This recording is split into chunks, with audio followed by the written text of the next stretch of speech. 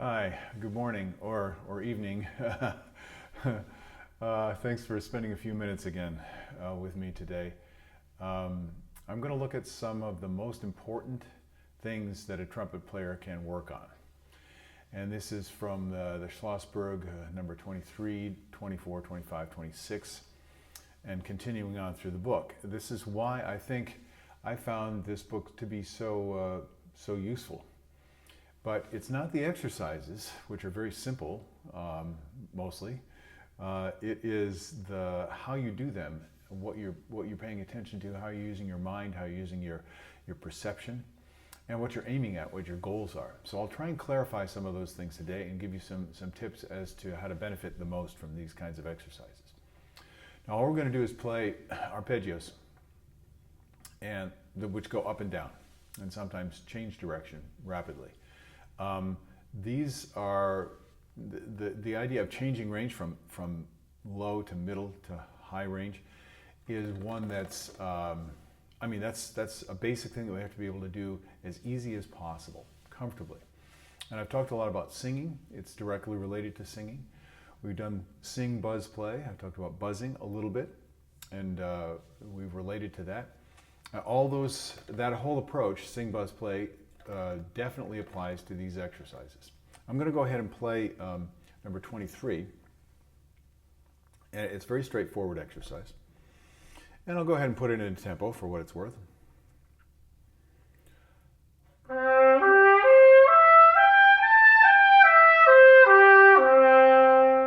I'm going to tell you something right off the bat. It's in 3/4. Da, da, da, da, da, da, da, da, da, da. So you see how da da da da da da da da da da. I'm feeling it in 3. I have an arrival point. Now, that's a really good thing to do. But the cool thing is you can switch the emphasis around any way you want. You could play that into da da da da da da da da dee da da. That's a very important musical ingredient. How are the notes grouped? What is the feeling of meter? What notes are emphasized? And usually we don't think about that when we're playing this kind of exercise. Now that's a little bit more of a mental musical concept. And what we usually do is we play something very simple. No meter at all, simply a gesture.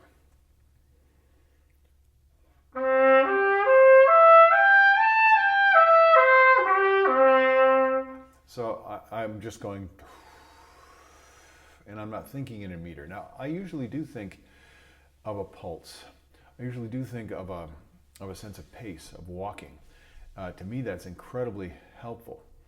But remember, you can change that around. I'm going to do something weird. Now I'm going to think of it in 3/8.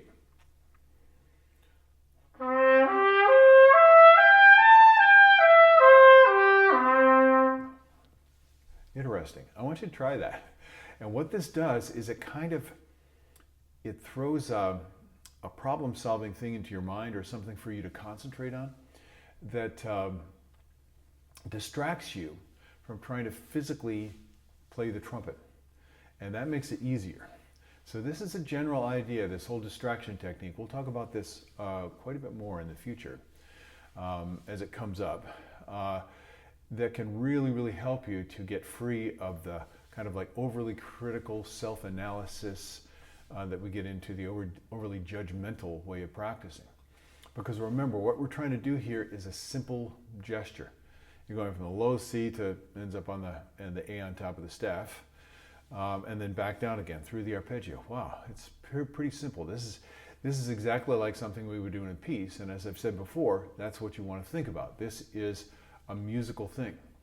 So putting it in a time frame helps me to feel that it's music. Now there's also a starts piano and crescendos and then decrescendos. Now you can think of that as a law. That's like a road sign that you must obey.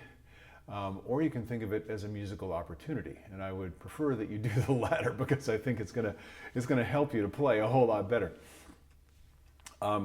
So there's so many things that we could be thinking on, and our minds are flitting around, and our perception's picking up on different things. Oh, that note's out of tune. Oh, but let's keep it simple.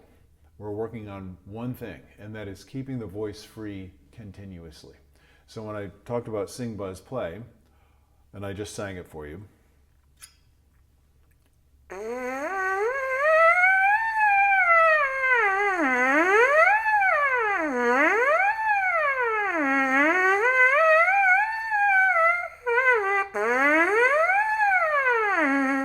You see, all I'm doing is a gesture. It's a movement like this. And that's what you want to feel when you're practicing. It's continuous. The air is flowing steadily. The embouchure is directing that airstream precisely. There's a feeling of spin involved, a feeling of movement from here to there. That's why the time helps me, is that I'm always going somewhere and I can kind of hear and see where I'm going. So these psychological realities have a tremendous effect on the results of your practice. Now let's get down into the physical nitty-gritty. You can't really do this well when you're concentrating on how you're doing it. In other words, I do this with my lip, I do this with my tongue, I do this with my jaw, I do this with my head, I do this with my posture, I do this with holding the horn, I do this with the mouthpiece. That's like an impossible number of things that you're trying to pay attention to all at once, and that's just confusing to your mind. So the more you can simplify it, make the goal attainable, easy, the better off you're going to be when you practice. And when I'm having trouble, when I'm kind of spinning my wheels and I'm not getting any traction, I'm not improving, then I always back it up and make it simpler. Basic practice technique. And of course, you all know, whether you do it or not, I'm a fast person, so I always try and do everything fast first. That you're going to benefit by playing things slower, so it gives you more time to hear and to sense in other ways what's going on. Okay, so that's a simple exercise, and there's so much you can do with it. You could step back to number 22 and do something like this. The variation that I told you about 22, which was crescendo decrescendo, right?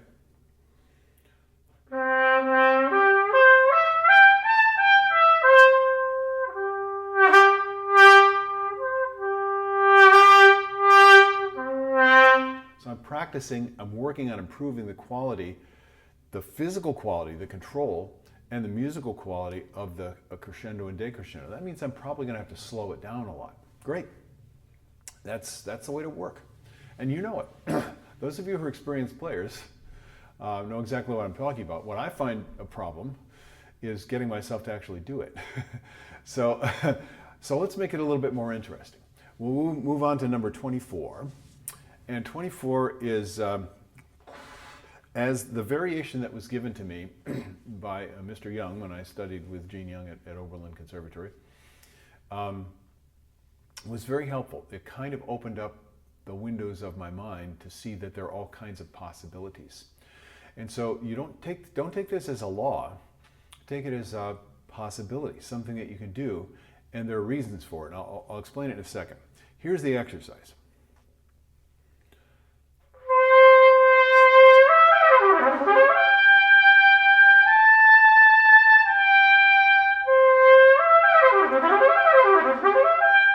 So again, just like number 23, I'm doing a smooth, continuous gesture. No break in the sound, no bumps, no quote-unquote slotting of the notes. Remember, the slots are already built into the trumpet. That's the overtone series. You don't have to create them. You actually have to figure out how to navigate your way through them. Just like a singer going through the break in their range, the passaggio. The change between like the middle register and the upper register, or the chest voice and the head voice. We're doing a similar thing. It's not complicated. Well, it is complicated, but it's something that you can only do by feeling it and by listening. So again, I would do that sing, buzz, play, but you see how I did a quick movement? That's what makes this exercise different. And we're going to do a little bit of that going forward. I'm moving at a speed where it makes it difficult for me to hold on to each individual note. As a matter of fact, it's going to feel awkward and kind of bumpy if I do that.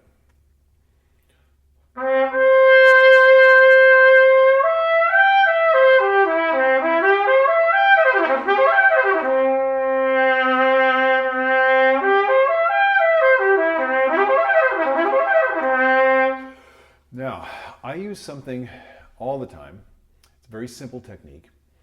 I call it freeze frame, where it's like you have a video running, and maybe it's like super slow motion, like TV video of a running back, you know, cutting his way past the defenders, and they slow it way down, and it's amazing how you can see the balance and what do you notice?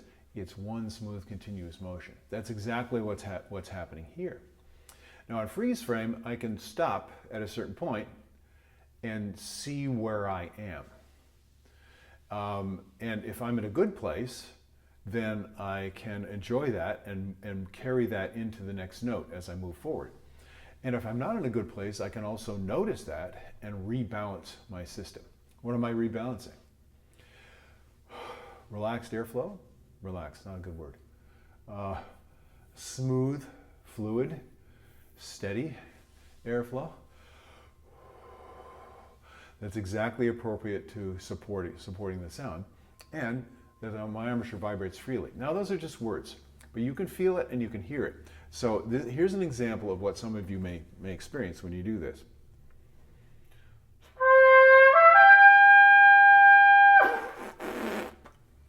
I demonstrated this before. Many people are squeezing the lips together when they're playing higher. And it's necessary to have that ability to produce contraction, that squeezing power. That's how the musculature works. But you don't want to squeeze the place that vibrates until it doesn't vibrate well anymore. And this is why, you know, if you listen to beginning brass players, and some of you might be beginning brass players, so I'm not making fun of you, I'm just saying this is the way it works. If I play up a scale, by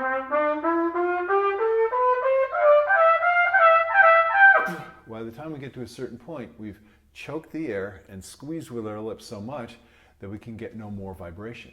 So the refinement of the ability to keep the vibration and stay open is the basis of good trumpet playing. That's why these exercises are so important. So when I go up to the G, let's say I'm starting on the C, I put a fermata on the C. So I stabilize, find the sweet spot. And remember, this is dynamic. It's not, you're not holding on, you're flowing at a certain rate. It's like flying at a certain altitude and a certain speed.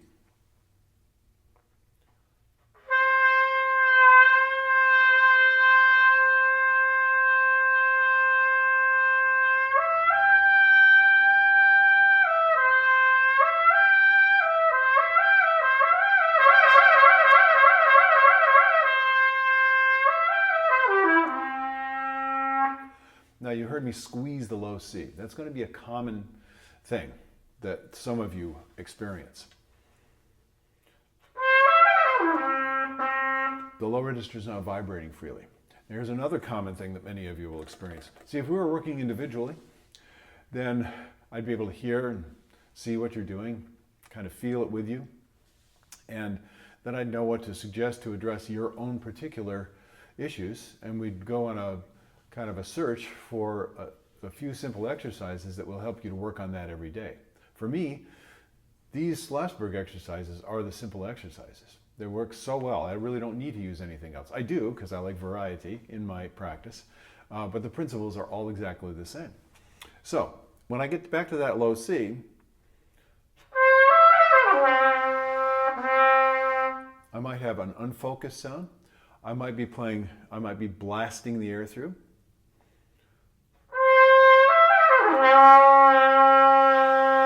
So I'm kind of forcing the air, and then I have to tighten and control the air. So this is about breath control, which is why it's really good to go back to your singing and your buzzing to try and get that smooth result.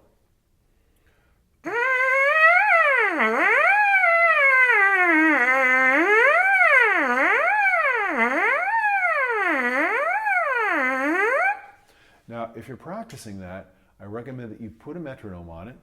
Maybe put it in the time frame, which in this case is 4/4.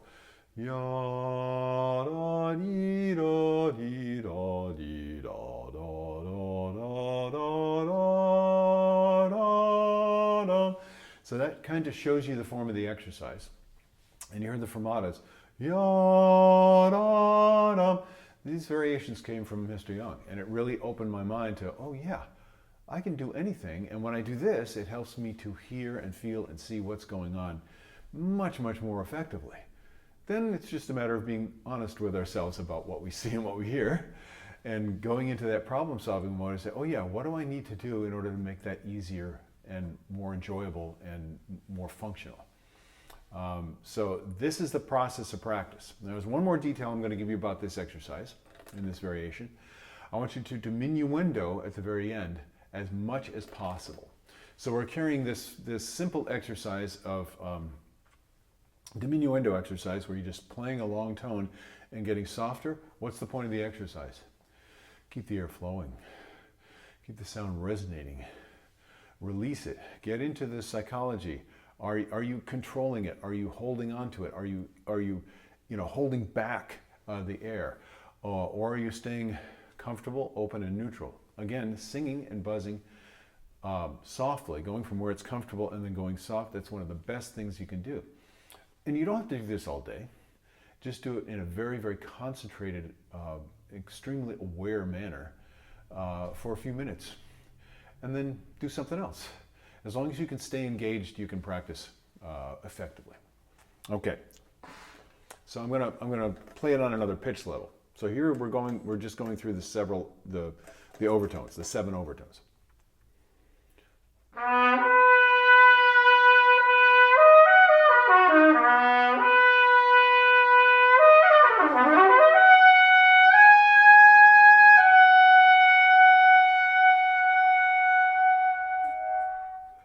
Well, I need to practice that. My embouchure is a little stiff, and I feel things happening. And these are some of the problems that you might encounter. One is you may notice that you're pressing more than you need to. That's fine. Relax the hands. Let gravity take the weight of the horn, right, into your hands. Don't push it this way. Let gravity work this way, not this way, right? Simple. That's one thing you can do. Maybe you notice that you're kind of squeezing with the lips. Well, there's probably a reason for that. When your chops don't get the air flow that they need, they're not getting the supply of fuel. And when they don't get the necessary flow, they have to squeeze in order to keep the vibration going. So one of the most important issues is let it flow, let it flow, let it flow. Which means not pushing, but there has to be sufficient actual movement of the air, whatever the volume of the air is, it has to be able to move freely. So the first thing you should check, because this is the area that most trumpet players have problems with, is, am I going, is the throat engaged? Another area that most people are doing is, they're playing with their body tight like this, especially as they get toward the top of the staff. So in essence, it's kind of like driving your car while stepping on the gas and also stepping on the brake at the same time, so you don't get out of control. You don't want to go too fast. And what I'm saying is, take your foot off the brake, get rid of all the brakes, and learn how to use the gas. Just the gas, a direct relationship between that airflow and focus and that little opening in your lip. It should be very flexible so that as you play louder and you play lower, that can open very easily. And as you play more quietly and you play higher, it can close very easily. That's the basis of your sound production. But when all these other things are trying to get in and help, you feel stiffness in the body. Instead of, as I said, instead of this, you want that. It's like you've been running the stairs, and you have this feeling of free flow of the air. One of the things that's hardest about playing the trumpet is there's not very much air moving, but we need to keep that free flow of the air all the time. Okay, I know I'm, as usual, I'm giving you too many things at once. So please, I recommend that if you find something that, oh, that's interesting, I want to check that out for myself, stop the video and practice. You can always come back to it later. Maybe you'll just do it for a few minutes. When you get it, when you start getting it, you have a choice. It's like, am I going to keep going? Am I going to see if I can get this to be more natural? Kind of, my system will start to accept this new sensation or enjoy the better result that I'm getting. Great. Now you're practicing effectively. you don't need to watch the video anymore. This is just to give you ideas about where to go with this. Now I'm going to go ahead and do a couple more. I'll do another video on the next couple of exercises, 25 and 26, but it's exactly the same technique. So hopefully you'll watch this one first, and that'll get you started, and then I'll show you some of the weird things that you might be dealing with once you start changing directions quickly, or you're changing between moving very, very rapidly or very, very slowly and gracefully. Okay, I hope this stimulates your practice and that you're making progress, because it's fun when we make progress. That's what life's all about. We're going someplace. Okay, join me later on. Have a good day. I'll see you later. Bye-bye.